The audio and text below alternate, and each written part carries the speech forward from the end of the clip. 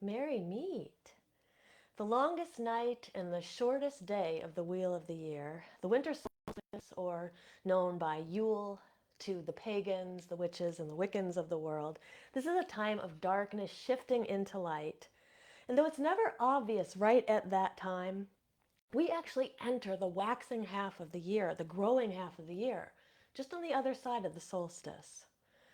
The energy of Yule is poised between two different energies. So, this is a time when we are called inward to do some shadow work and more internal work, but also this is a time of fun and merriment and love and laughter and light. Because Yule sits between the darkness and the light. So, welcome, Merry Meet. I'm Aislin. This is Ask Aislin. I'm here tonight talking all about winter solstice or Yule. So, for those who are joining live, just saying hi to everybody. You can leave questions and comments in the chat, and I will be answering all the questions at the end of the Q&A, but I'll also be watching the chat as we go. So, hi, Amy. Saying hi to those who are coming into the chat. So I'm just going to dive right in. There's a lot to talk about tonight with Yule and winter solstice approaching so quickly. Hi, Misty. And Yule, also known as the winter solstice, this is the time that corresponds to the longest night and the shortest day. Yule is one of the 8 Sabbats of the Wheel of the Year, and it's actually a solar-based Sabbat. So that means that its timing is calculated by the timing of the sun. So this is the time of the winter solstice.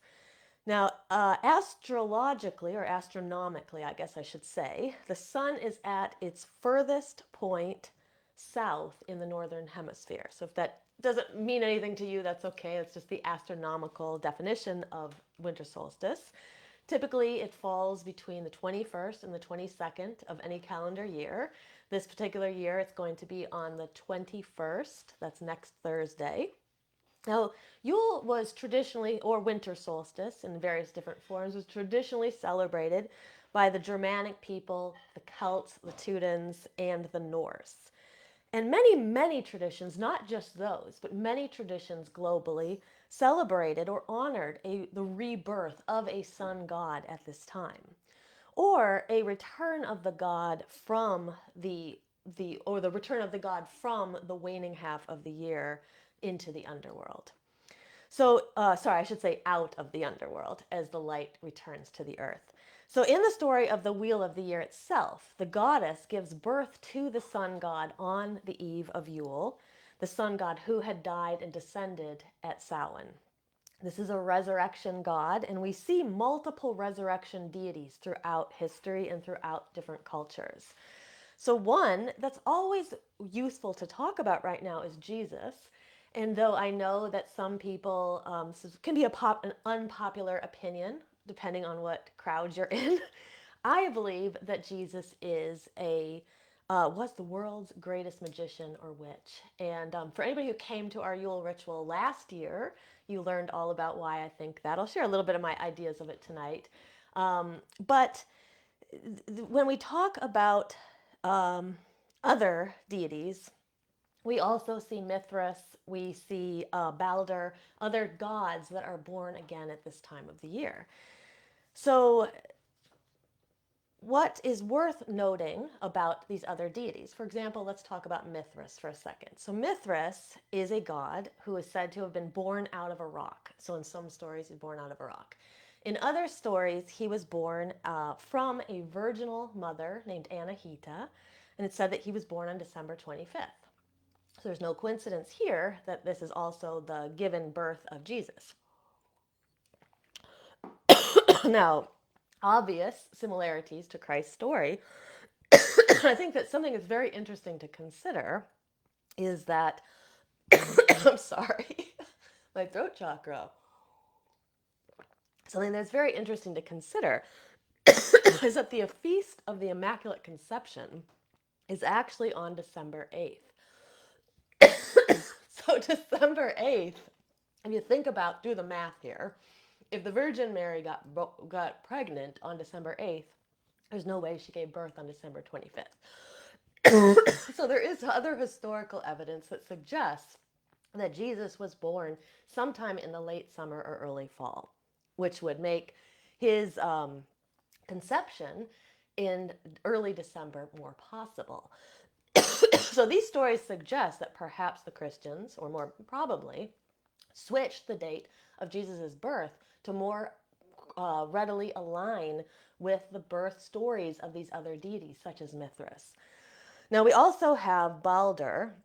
So, Balder is a deity who is connected to this time of the year as well.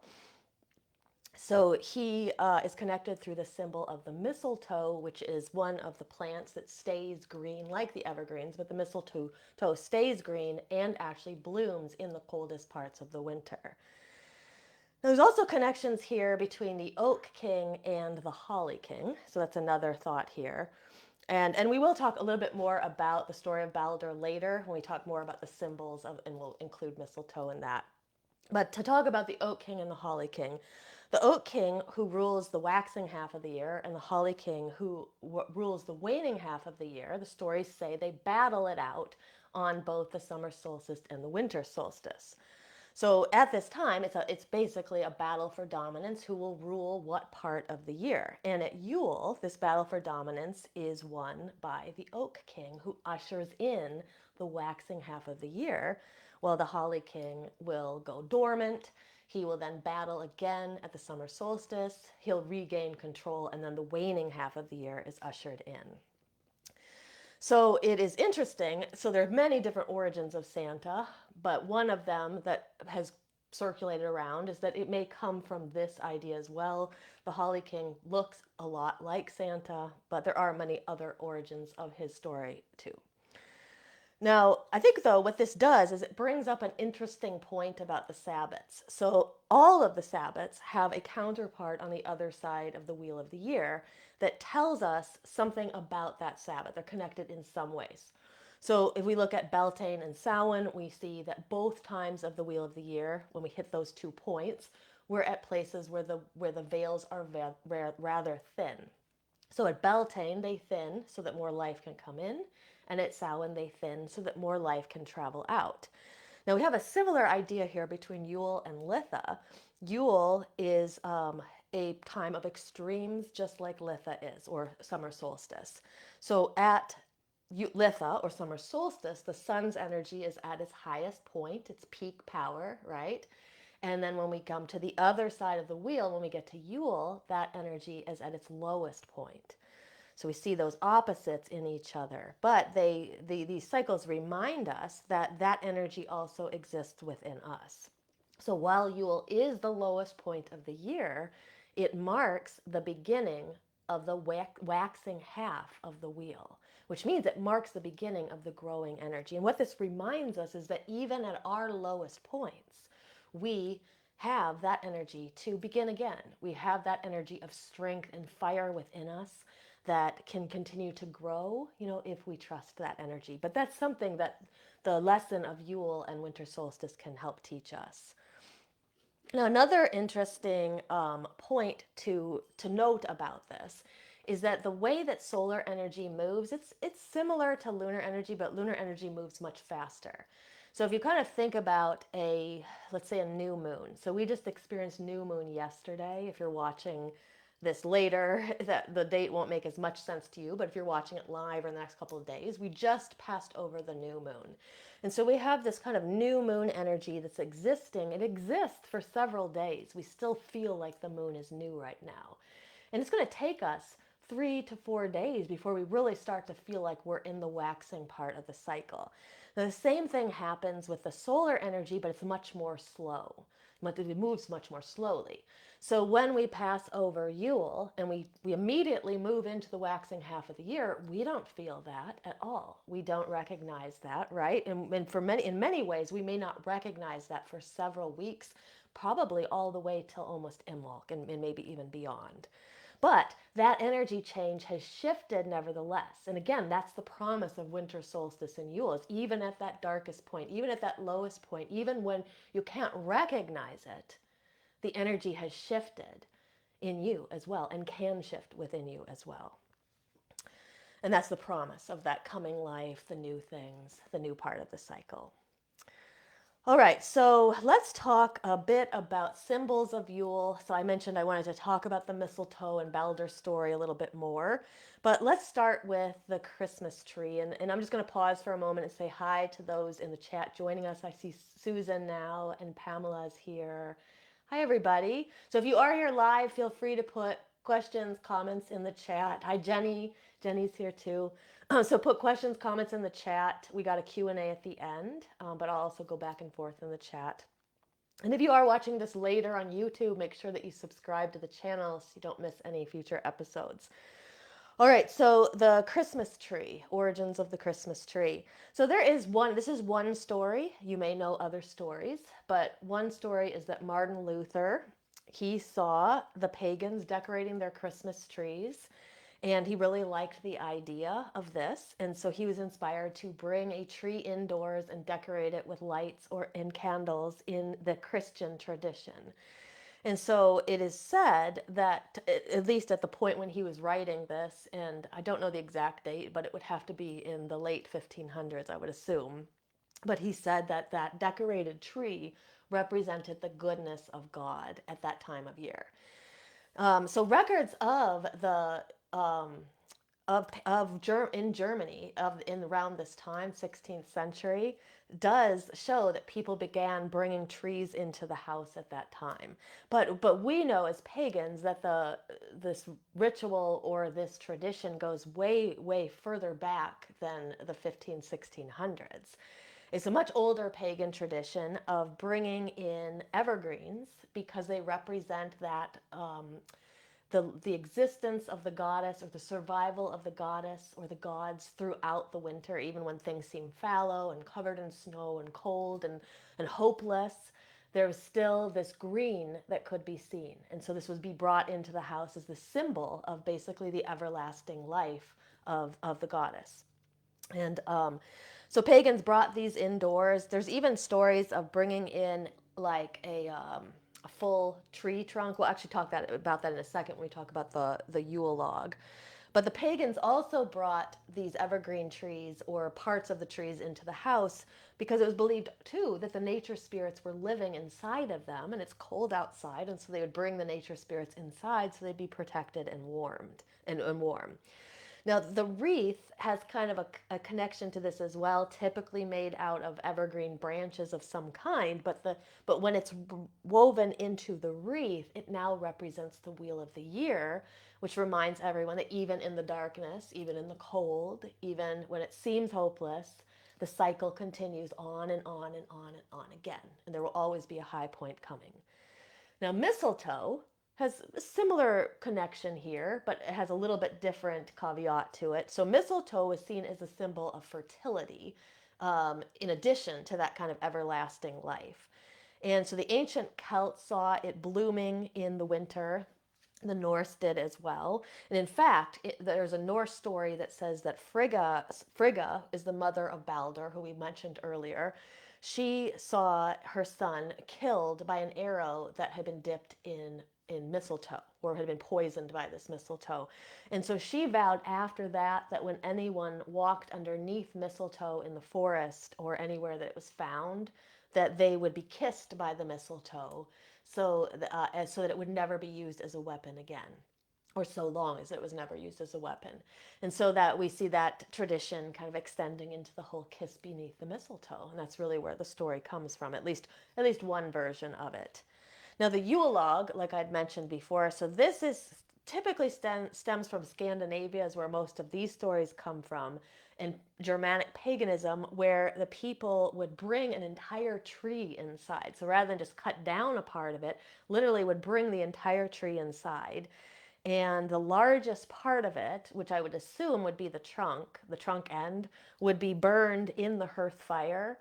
And so I think about this, and I'm not entirely sure how this would work because I guess would the door be open or the window or something where the tree would still be sticking outside of the house? I don't know. I guess it depends on how big the tree was. But later, this idea was also adopted by the Christians, where the lighting of the Yule log symbolized that, again, that light of Jesus returning to the earth and Jesus' triumph over sin. But as we know from earlier, the connection between Jesus and December 25th and that being his birth is actually probably historically inaccurate. He was probably born sometime in the summer. So it was really him being his birth date being moved so that it would more align with the other pagan gods who were being reborn at this time. So let's talk about what could we as modern pagans do. So you could do extensions of any of those things I talked about, but let's talk about like what could we do if you want to celebrate winter solstice and or Yule, depending on what you call it. And by the way, too, I mentioned this a lot about Sabbats, but it's always useful saying it again. Don't really want to think about a Sabbat as being like one day. So yeah, maybe we'll go to a ritual on that day, but really this is the energy of a season. Okay, so there's lots of things here. So don't think you got to do it all in one day. You can just spread it out over the next several weeks. And really, we will feel that Yule energy until just before Imbolc, just, February 2nd or 1st. And that's where it will really start to shift into that different kind of more waxing energy. So one thing you can do is a sunrise ritual to welcome back the sun, or another way to think about it is to aid the goddess in her birth to the sun god. So years ago, we only really did this, I think, one or two times. Our coven did a sunrise ritual like this, and in fact, it wasn't even really a sunrise ritual. People gathered the night before, and so essentially what you're doing is you tend a fire during the entire night, and you're acting in a way as the midwife of the goddess to help her give birth to the god that night. And so we would have people who would tend that fire all night long, and some people would fall asleep and wake up later and do the Yule ritual in the morning. But there are other people, myself included, just stayed up all night long and tended that fire. So that's a very nice ritual. I mean, of all the solstices, I think sunrise rituals on Yule or winter solstice on the exact date are very wonderful. You can watch them, the ones that are broadcast from Stonehenge and other areas in the world. Um, Another thing you can do is decorate the Yule log or do something with the Yule log. So we talked about the ancient pagans bringing the whole tree in. We're not doing that probably in modern paganism, but we can get a log. So you can just get a regular log, or you can get those kind of the ones that are sort of self-igniting, or they ignite a little bit easier. And what I would recommend doing is taking a drill or something so you can drill some holes in it. And then you could do one of two things. So if you drill the holes big enough, you can actually put candles, little candles, or maybe even like those chime candles, you would put those in the Yule log and burn that throughout the night. But another thing you can do is in those little holes, you can write wishes for the new year, or things that you want to let go of. And then you would wrap those, roll those up into small little like tubes or scrolls, and then stick them down into the holes. And then when the Yule log is burning, you're either releasing the things you want to let go of, or you're bringing wishes in for the new year. So that can be a really nice activity. It's a good one with kids too. So I always like to look for activities that kids can participate in as well, so they can feel like they're part of the celebration. So another thing that you can do is wassailing or a bloat. So these are two related but different things. So wassailing is usually singing and caroling and then also toasting at the same time. Now the bloat is of the Norse tradition. So this is essentially a toast that would be given above. Oftentimes, traditionally, it was a toast given to the gods above, a toast given to the gods below, and a toast given to those here, which would be us, the humans who are here in this plane. Sometimes during a bloat, there's also actually, I shouldn't even say sometimes, oftentimes during a bloat, there's a humble brag. So something that good that you did that year, or something happy that happened. You just raise a glass and toast that good thing that happened. And so for those who think that sounds like fun, because by the way, it is. It's a lot of fun to do one of these with a lot of people. We are going to be having one of these at our Yule ritual next week, which I'll be talking about more at the end of the episode. So a very fun way to kind of get into the lighter, happier side of Yule. Another thing you can do is the ritual play between the Oak King and the Holly King. So I mentioned earlier the Yule is a battle between those two forces, the Holly King representing the waning half of the year and the Oak King representing the waxing half. And so during a ritual play, you can actually Google this and you'll find people have written scripts for this. But we did it a couple times in our coven. You might have heard me talk about it in other episodes, like the Litha one.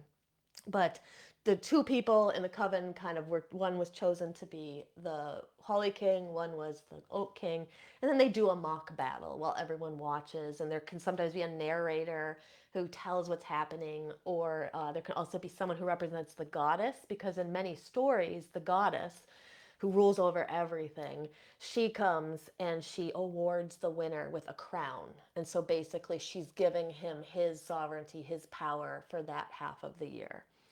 So that's a neat and interesting way to celebrate the year, especially if you have some people to gather with and you have some kind of creative, artistic actor people. A lot of fun. Another thing is candlelight vigil. So, as a Christian growing up, I was very connected to the church, and one of my favorite parts of all of church ceremony was the candlelight lighting on Christmas Eve. And so from a pagan's perspective, it's in a lot of ways it's not a lot different than it is from the Christian's perspective, because when the lights go out in the church and then all of the candles are lit, and if you've not been to a ceremony like this, they're typically lit from person to person. So the acolytes would come down the aisles, they would light everyone's candles on the end, and then it's like light is being passed from one person to another. So from the Christian perspective, sometimes this is like akin to the good news of Jesus, so passing his message on that Jesus is Lord. But from a pagan perspective, it's more like passing on the message that the light is coming back. So even if it feels dark in your life at any time, the light is always coming back. And it also represents that connection from one to the other, how we pass that light. But another way you can think of it too is, out of darkness comes light. So it doesn't even have to have a connection with other people. But something you can do as a pagan, if you liked that tradition as a Christian, bring it into a ritual as a pagan. So we've done that many times in our coven, where we get the candles, like the white candles like that, and we light them, and then we sing pagan carols. And by the way, many Christmas carols have pagan origins to begin with. So Google it and you will find a lot of pagan Yule or Winter Solstice carols. So that's a lot of fun. You can make a Yule or a Wheel of the Year wreath. That would be another. If you're a wreath maker, or even if you've never done it, go to Michael's. They have kits on how to make your first wreath and make a Wheel of the Year wreath for your house. You can decorate your Yule tree with ribbons. That's another fun activity. So I like getting like the little tiny trees that you can then replant later in the yard, and tie different colored ribbons on them for the different wishes for the year. And you could go so far as to look up the color meanings if you don't know them, and tie on different colors for different types of intentions you want to bring in during the next solar year. So other ideas for like an altar, if you want to build an altar, you can put candles on it. Any of the symbols of Yule, winter solstice, anything that is like light, uh, so candles, obviously, any kind of lights, any greenery like evergreens, sprigs of mistletoe, pine cones, things that might remind us of the oak and the holly king. The Yule log can be placed, a small Yule tree, like I mentioned. Colors typically for the altar will be green and red, white and gold.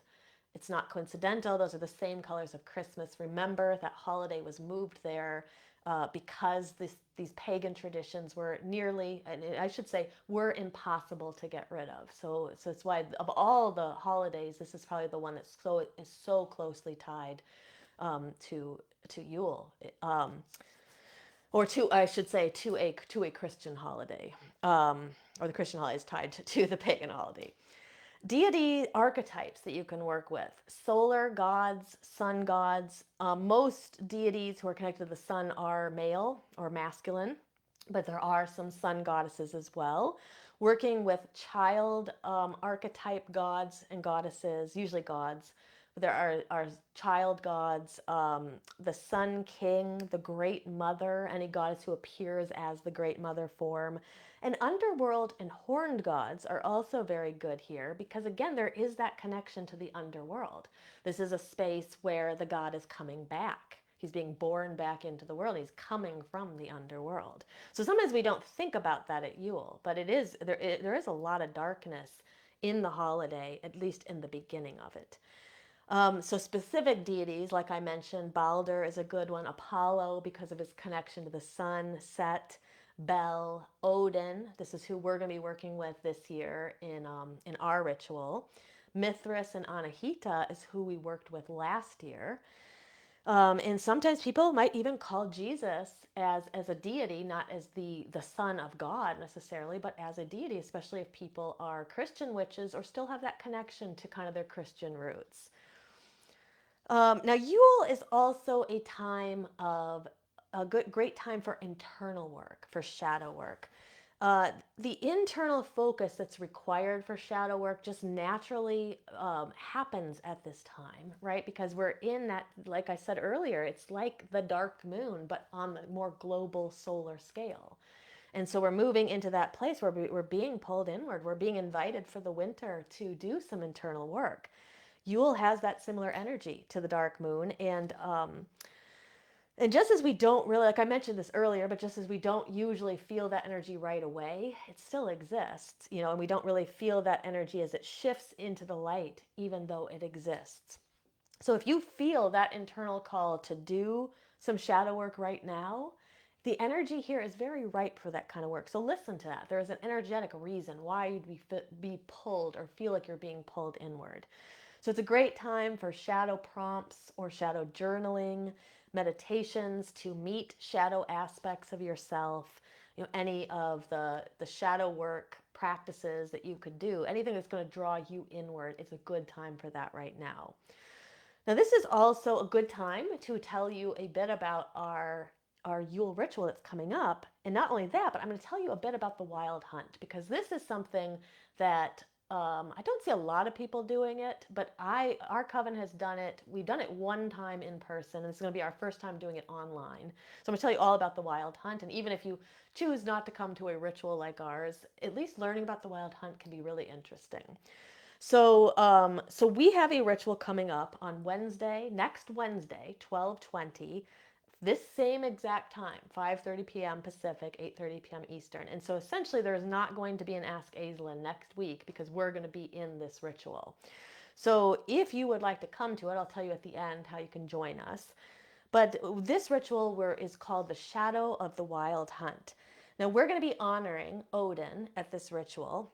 And we're going to travel with him in order to witness the wild hunt. Now, if you've not ever heard of the wild hunt before, sometimes it's called the Furious Host. It is a procession of horsed riders from the spirit world. And the stories say that it was led by Woden. Woden is often considered the earlier form of Odin, or sometimes we might say the more Germanic form. But later, led by Odin. Stories tell us that of this come from the Norse people as well as the Germanic folklore. The stories suggest that the wild hunt had the purpose of collecting the lost souls that had died but had not been able to find their way out of this plane. So they're still kind of trapped in between the worlds. And the hunt would come through the land at the winter solstice and would gather up all the souls in order to take them across to the other side safely. Now, of course, the Christian church became alarmed by the stories of this, and they demonized the hunt, just like they demonized many aspects of paganism. And they spread stories that the hunt would actually take living people with it.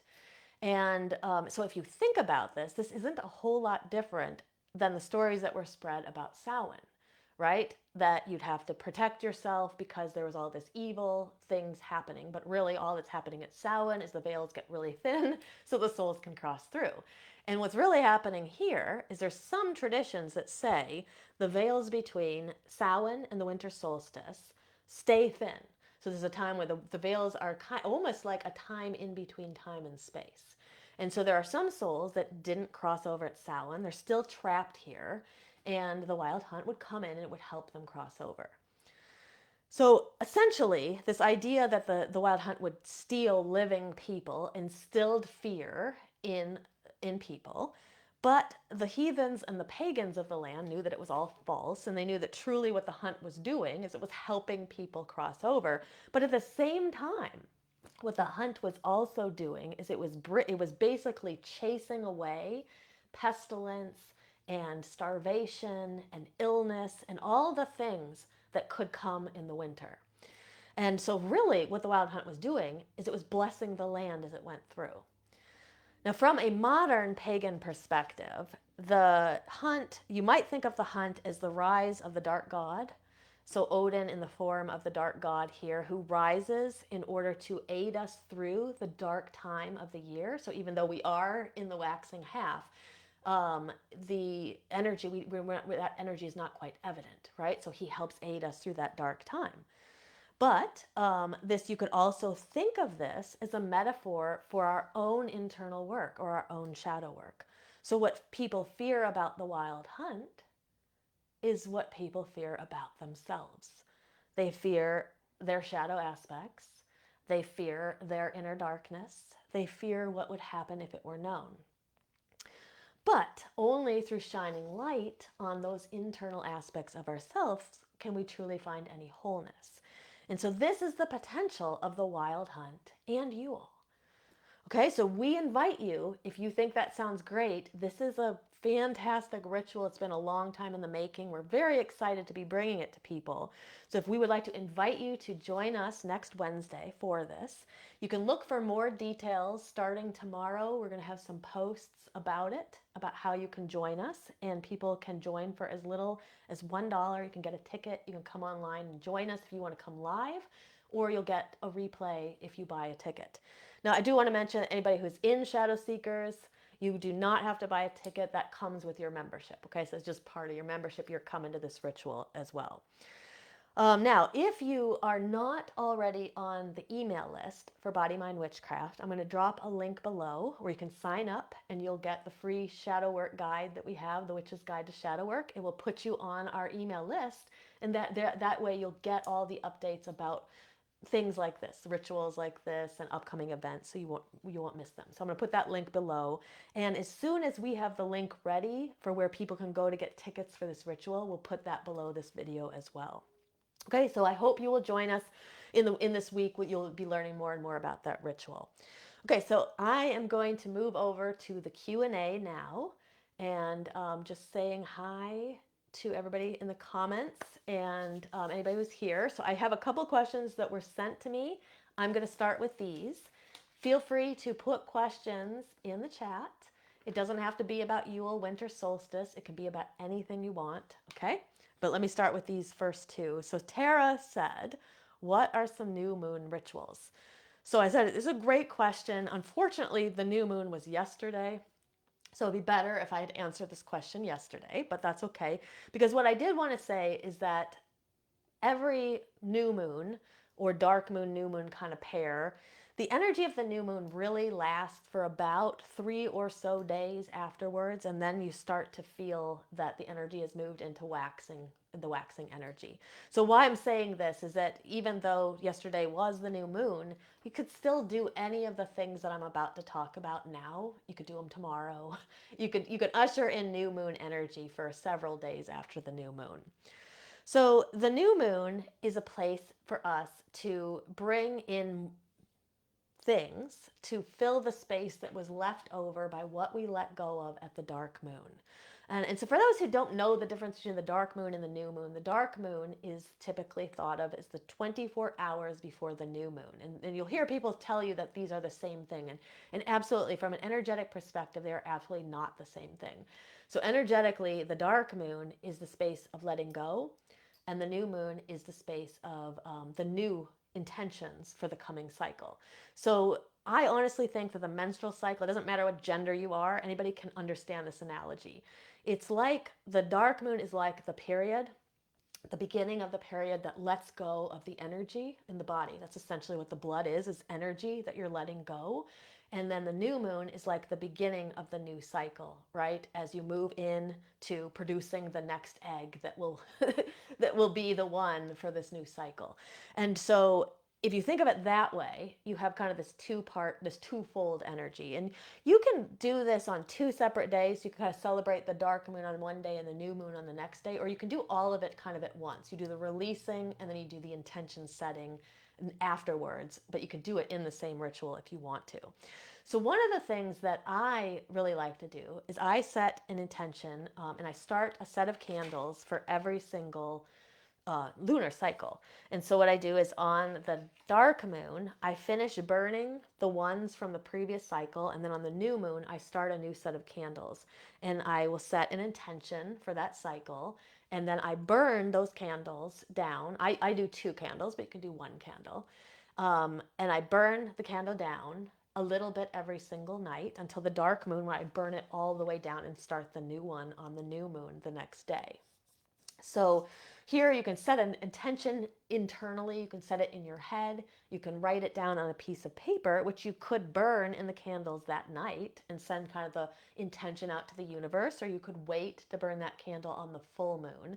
And essentially what's happening from new to full is you set that intention and then you kind of have that waxing energy to help you put it into, to manifest it, right? To bring it out, to figure out how you're going to bring it out into this plane.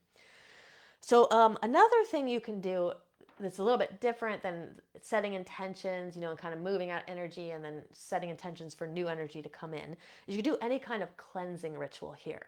So you could do energetic cleansing, or you could do physical cleansing, or you could do both.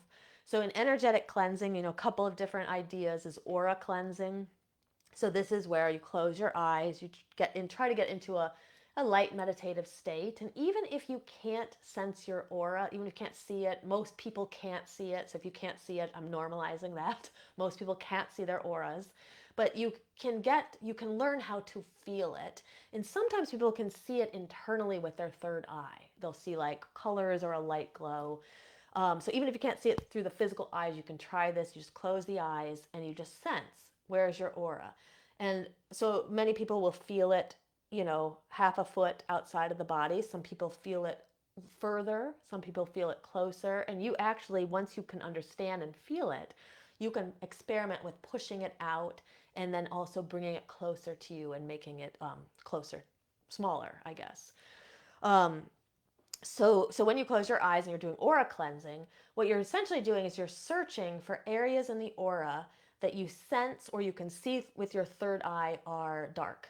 Or sometimes people will see like tears in it. And even if you can't sense that, just imagine taking like a brush and just brushing the aura, just like you were like brushing off your skin physically, and you're just going to move all that energy off. And by the way, even this is a way that you can move energy. It's just brush energy off of you like that. But do that in your mind and you kind of brush the aura. And this is a way that you can do aura cleansing. And then you could take it a step further if you want to do chakra cleansing. Then you would, through your third eye, through your internal eye, try to imagine your chakras and seeing kind of the root chakra as red. But notice if there's any darkness in that chakra. So sometimes people will, even if they can't see it internally, they'll just sense it. There's just a dark patch on one side of it. And then that same idea, kind of imagine brushing it or blowing it, like you were going to blow dust out of your hand or something, just blow that away. And so that's a way that you could do aura and chakra cleansing. And then, of course, there's also physical cleansing. The new moon is a great time for a ritual bath or a ritual shower. And you can do kind of a similar idea as the water runs over you in the shower or you bathe yourself in the bath. Just imagine just all of the negativity, anything that you want to let go of. Imagine it just falling off your body, going down the drain, when the water goes down the drain. Other things you can do is cleanse your space too.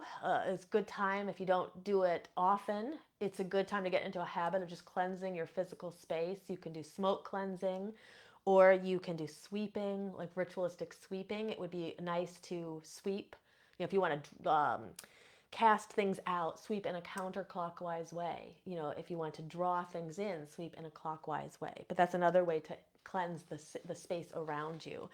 And then I also wanted to mention just a few other ideas because you can always make any of this witchy. So you can make vision boards, which we sometimes think of as being not necessarily witchy, but you can make them in a circle. That could be the center of your new moon ritual, and make a vision board of what you want and place it on your altar. I've done that before. I put it right above my altar of the things that I wanted to draw in. You can do divination for the new moon as well, see what the next cycle holds for you. And you can also make new moon water by putting water out underneath the new moon. And then I would seal it and I date it and then obviously write new moon on it so you know what kind of water it is. And then you have new moon water that you can use during another part of the cycle if you want to. Maybe you want to start something new, but it's like not at the new moon. Use your new moon water in your ritual or your spell. You'll bring some of that energy into the ritual, even if it's not the new moon or an opportune time for that spell. So that's some ideas for the new moon. And you can always take any of these and kind of mix and match. But at the end of the day, all it really has to be is just a way to honor the change of energy. And that can be just simply lighting a candle and starting the new cycle. All right, so I hope that helps.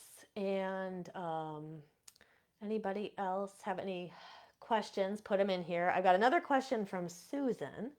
So Susan said, what do you know about somatic yoga? She said, my doctor recommended it for fibromyalgia, and the therapist said it's great for releasing trauma. And it's very good for both of those things. So I think that somatic yoga is not a new thing, even though if you kind of Google it, it makes it seem like it's this newer thing. But this is an idea that people have known for quite some time. But essentially what happens in the West with a lot of yoga is done for physical fitness in a lot of places and for relaxation. But sometimes we don't. Many yoga teachers will not cue for the subtle bodies or the subtle energy. So subtle energy is like the energy in the body. The subtle bodies are like the chakras and the nadis, the energy lines in the body. And so um, for me, it's like I always cue that because I'm a witch and a yoga teacher. So it's strange to me that to think that that more people don't do that than do. But in somatic yoga, the instructor is going to cue you to experience the subtle energy in your body. And what happens is that trauma and various things that happen to us in our lives, they can get stuck in the energetic body. And then because the energetic body is so closely aligned with the physical body, they then manifest in the physical body. So all of a sudden, we have this pain in the back, for example, the low back. And it's been there for years and years. And there will often be a physical reason for it, or sometimes there's not, but you could go to a chiropractor and they might say that there's like a disc that's out, or something is a vertebra is out or something like that. Or you might have an x-ray and they'll say, okay, well, there's some wear and tear on the disc here, or cartilage or something like that. But there's also this energetic reason for it, okay? So what happens in somatic yoga is that you're cued to get inside your body and really experience the energy there. So that pain in the low back isn't just pain in the low back, it's energy that's stuck in that part of the body. And in somatic yoga, you're taught how to release that, but basically by becoming aware of where you hold tension and where you hold pain and energy in your body. And so it can be very good for fibromyalgia, and it obviously can be very good for trauma, because trauma is going to hold that energy in different parts of the body. People feel it in the hips, or you can feel it in the jaw, or the shoulders, or the back. It could be anywhere in your body. So an offshoot of somatic yoga is intuitive movement, because intuitive movement also brings you into awareness of your body. And so in intuitive movement, usually you want to do it with your eyes closed, but sometimes if there's a lot of trauma, closing the eyes is hard. And so you can just have the eyes like slightly closed so that it could still see, but you've like closed part of the light out. And then what you do is you move through poses, but you let your body lead the way. And your body will kind of tell you to move this way and to move that way. And what some people who do intuitive movement find is they begin to sob or weep because the body begins to move in the way it wants to move, but in a way that it's really never been able to. And you're just becoming so intimately connected to your body. And so people will release all kinds of energy when they do this. So I, if you are looking, for somatic release, I definitely recommend, find some people who do somatic yoga. And but I will tell you, because Susan, who asked this question, you're in the Shadow Seekers membership, and we actually have an intuitive movement video already in there. It's a sacral chakra intuitive movement practice, so you might want to check that out. And if you want to also release some energy, something else that's good for releasing trauma in the body or releasing energy in the body is yin yoga. And yin yoga is, it's not really moving yoga, it's where you're in a pose for an extended period of time. And the body gets so comfortable and so into the pose that it makes it easier to kind of fall through the physical into the energetic. And then all of a sudden we let go of all this energy. So it's not uncommon for people to start sobbing and weeping during yin yoga, even though they have no idea what's going on, but it's just large amounts of energy that's being let go of. So we also have videos like that in the membership. You can check those out. I'm going to be adding more. And since you're interested in somatic yoga, I'm going to make a video for that one as well in the near future. Okay, so I hope that helps. But a great practice, and a great way to let go of all that energy that gets stuck in the body. Okay, so I don't see any comments here with any questions. So I don't think that sometimes I can't see them though. So if anybody has questions, put them in there. I also wanted to let you know, so coming up, like I said, next Wednesday, there's no Ask Aislin. We're going to be doing our Winter Solstice ritual, so look for more information about that. On 12/27, I'm going to do an episode. I did this episode like 6 or 7 months ago, so I'm going to do another one. It was kind of a popular episode, but it's my favorite questions.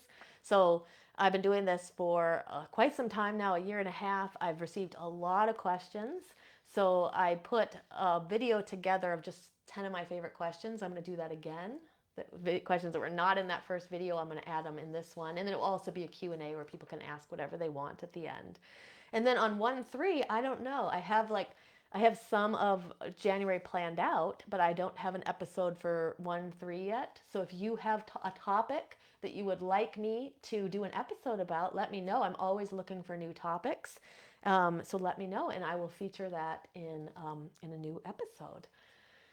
All right, so if I don't see any comments here, I'm going to let everybody go and sign off for the night. But I hope that you have a great new moon. If you haven't done anything for the new moon, you still got energy around you. You could do something for it, set some intentions for the new cycle. And then I will see some of you at the Yule Winter Solstice ritual next Wednesday. All right, until next time, blessed be.